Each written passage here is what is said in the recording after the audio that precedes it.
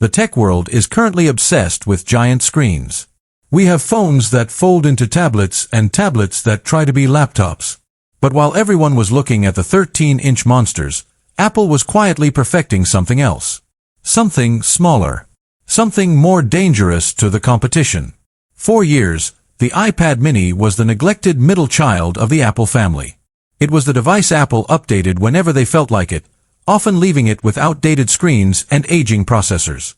But something has changed.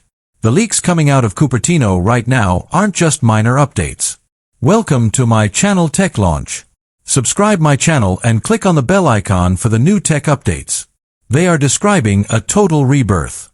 This is the iPad mini 8, and by the time this video is over, you're going to realize why this might be the only device you ever need to carry again. Think about your daily routine. You wake up, you grab your iPhone. It's great for a quick scroll, but the screen is cramped.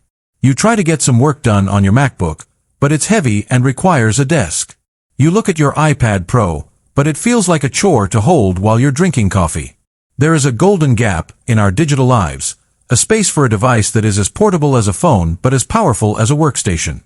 That gap has always been the Mini's home, but it's never quite lived up to its potential. Until now.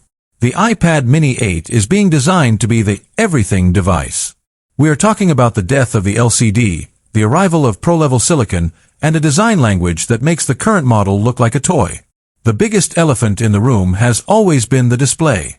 For years, iPad mini users have suffered through jelly scrolling and mediocre contrast ratios. If you've ever used an iPhone 15 or 16 Pro, or the latest M4 iPad Pro, you know that once you see an OLED screen, you can never go back. The deep blacks, the infinite contrast, the way colors pop off the glass, it makes everything else look broken. Well, the headline for the iPad mini 8 is simple. The LCD is dead. Reports from the supply chain, specifically from Samsung Display and LG, indicate that Apple has placed massive orders for a new category of 8.5-inch OLED panels. But this isn't just any OLED.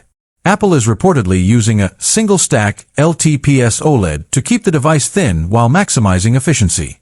Imagine holding a piece of glass where the black pixels are actually turned off. Reading a book in the dark on the Mini 8 won't feel like looking at a flashlight. It will feel like looking at ink on paper. This change alone transforms the Mini from a consumption tablet into a cinematic powerhouse. Whether you're a pilot using it for charts, a gamer playing Resident Evil, or a student reading textbooks, this screen is going to be the gold standard for portable displays. However, a great screen needs a brain that can keep up. This is where the story gets really interesting.